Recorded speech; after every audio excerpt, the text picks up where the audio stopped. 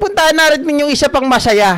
Ayaw ko malungkot yung mga araw nyo eh. Masyado na tayong seryoso sa buhay, mga kababayan. Pag-isapan naman natin. Etong si Paolo Marcoleta. Si Junior, mga kababayan. Junior Piluka. Napanood nyo naman siguro itong pahiya moment ni Marcoleta, no? Nung inilayo po itong si Ramil Madriaga sa kanya. Kasi alam natin may plano yung loko-loko eh. Alam natin na gusto niya intimidate itong si Ramil Madriaga. Kung nakita nyo naman, napakinggan nyo yung kanyang mga pinagsasabi, puro character assassination, mga kababayan, puro paninira dito kay Ramil Madriaga na ito daw ay kriminal, suspect, kidnapping leader, di ba? Oh.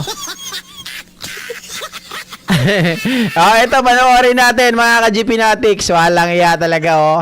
Natuwa kayo sa akin ngayon, ha. Salamat. Sana nga lagi tayong ganito, mga kababayan. Kaya lang, syempre, minsan, malungkot. Uy, malungkot. Bakit kaya malungkot? Aray ka. Ito. Bakit malungkot? Walang pera. Walang pera. Diyos ko, yung pala naapektuhan pala nun pag yung pag-iisip natin pag walang pera. Bakit sila maraming pera? Tayo walang pera. Diyos ka.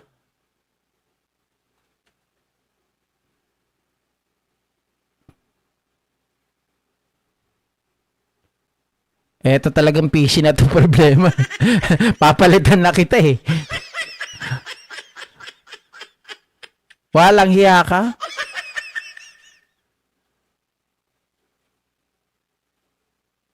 Teka lang guys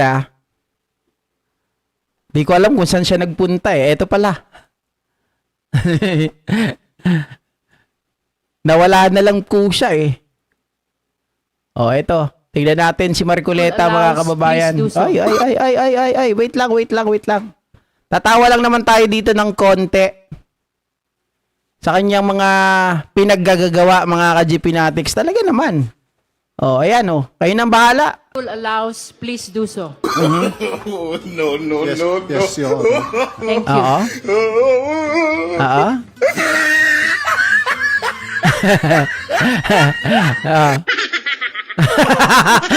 Sabi niya siguro, teka, bakit yun nilayo sa akin? Mga ka-GP Natics, sabi po ng mga taga-Congress kahapon, si Marcoleta daw ang nag-request na umupo sa tabi talaga ni Madriaga. Sabi siguro ni Madriaga, teka, Your Honor, huwag niyo akong iupo dito, delikado, may bulldog.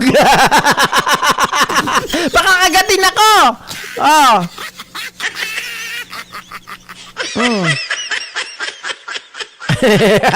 Mga kababayan, tingnan nyo. Titingnan niya pa talaga. Sabi niya siguro, teka, nasa na yung plano ko? Hindi ko matutuloy. Ba't naman inilayo nyo? Magtutuos pa sana kami. Siguro ang plano niya, mga kababayan, bulungan ng bulungan si Madriaga, guluhin. Habang ito po ay nagsasalita, nagbabasa ng kanyang supplementary affidavit. Diba? Di-distract ni Marcoleta. Gayang-gaya po or kagaya po, mga ka-GP Natics, ng kanyang ginawa dito nung nakaalis na si Madriaga. Kasi ang purpose niya talaga, sirain ang diskarte ni Madriaga. Nung nagsalita po siya, mga kababayan, nakaalis na si Madriaga. Si Luistro naman ang kanyang nakaharap. Nung si Luistro ang kanyang nakaharap, tinatawanan lang siya ni Luistro eh. Sabi niya siguro, mga kababayan, kay Marcoleta, hoy, papunta ka pa lang, nakailang balik na ako. Alam ko na yung trip mo. Nagmukhang iengot, pahiya eh. Hindi, mga ka-GP Natics, alam nyo, sa totoo lang, ikaw, di ba? Ikaw na alam mo, against ka doon sa isang tao, uy, dapat mahiya ka sa sarili mo. Ikaw pa talaga yung nagpumilit na tumabi doon sa tao. Di ba? Wala ka man lang delikadesa.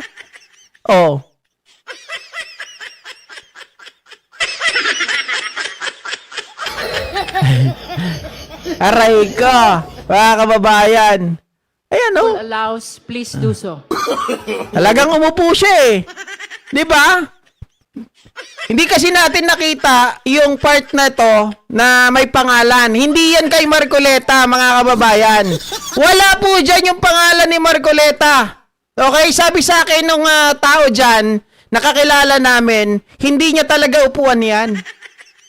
Hindi naman yan nakasulat yung pangalan ni Congressman Marcoleta eh. Talagang siya yung gustong tumabi dito kay Madriaga. Mema lang, may magawa lang.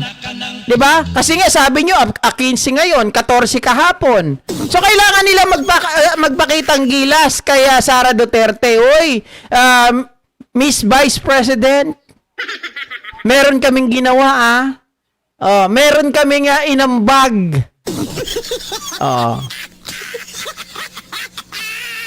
Sabi ni Sir Antonio, sana huwag aircon sa HOR para yung blower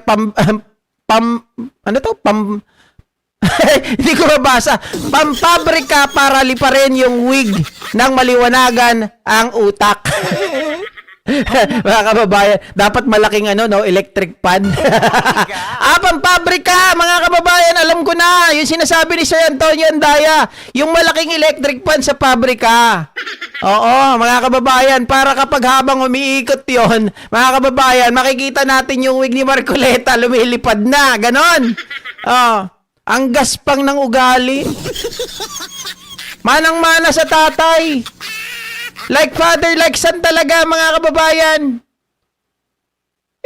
Kahit isang beses, pinanood ko ng paulit-ulit yung video, hindi talaga humarap sa kanya si Madriaga eh. Kahit lumingon lang, hindi talaga lumingon, mga kababayan.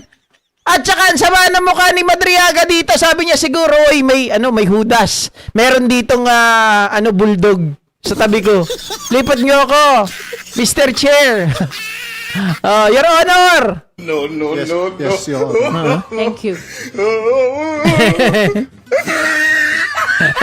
Hindi talaga umarap, di ba? Hindi talaga umarap. Talagang, sabi ni Madriaga, ayaw kong umarap dito, mamaya, mga kababayan. Uy, si Mama Marilulay, ang kulit, sakit nagsiya ko sa'yo, JP. Industrial pan. Yung malalaki. Yun nga yun, yung pampabrika sa sinasabi ni Sir Antonio Andaya. Nung gumagawa kami ng, dami kong kwento, mga ka-GP Natics, no? Nung dati gumagawa kami ng, ng Great Taste Coffee, kami yung naghahalo niyan. Kaya kung nasasarapan kayo dati, kami yung naghahalo noon. Ngayon, hindi na masarap eh. Nakakasawa na, tsaka iba na yung lasa. Di ba, Mang? O iba na yung lasa. Dati mga ka-GP Natics, nung nagtatrabaho kami dyan sa UFC, no? Talagang, yan? Talagang kami po ang nagre-repack niyan, mga ka-GP Natics. Hindi lang nagre-repack, kami mismo naghahalo nung content niyan.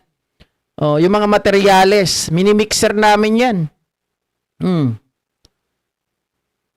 Diyos ko. Tingnan niyo si Madriaga,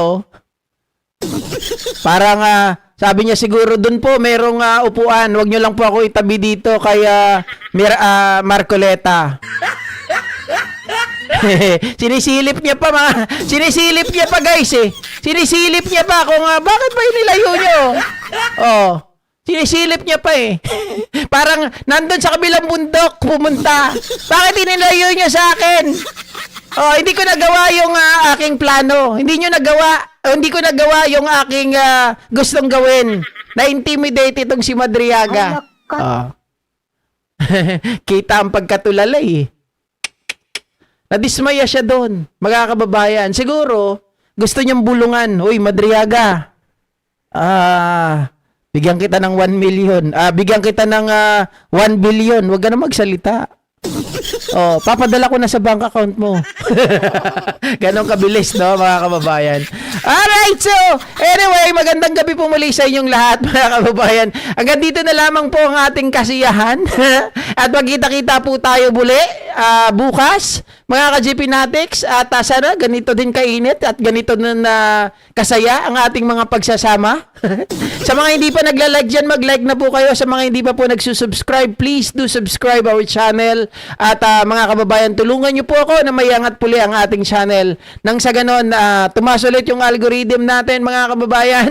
Hindi ako nangihingi sa inyo, simpleng like lang. At syempre, panonood nyo ng mga upload natin. Hindi po ako hindi po ako nanghihingi ng pera, hindi ako nanghihingi ng material. Wala po akong ganon, mga ka-GPnatics. Yung gusto ko lang, yung like. Gusto ko lang po, kung pwede, mag-share na rin kayo. Kung pwede, mag-subscribe po kayo sa ating channel, mga ka-GPnatics. Huwag niyo pong kakalimutan kasi mahalagang bagay po yan. Para hindi po tayo laging nakaka-copyright, hindi rin po tayo lagi na tawag dito, nare-reuse content, mga ka-GPnatics.